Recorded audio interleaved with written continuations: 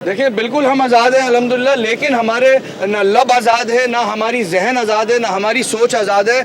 हमें जो है वो ताकतवर तबके ने कैद किया हुआ है और यही ताकतवर तबके की गुलामी कर रही है हमारी सिंध पुलिस, जो कि 10 दिन से इस तफ्तीश को कमज़ोर कर रही है, इस बेईमाना कत्ल को ख़ुदकुशी साबित कर रही है। अल्लाह ताला ने हमारी बराह रास्त मदद फरमाई है। एक माँ बाप के लिए बहुत मुश्किल होता है कि कब्र कुशाई करवा के अपने बच्चे को दोबारा कब्र से निकलवा के उसका पोस्टमार्टम करवाना।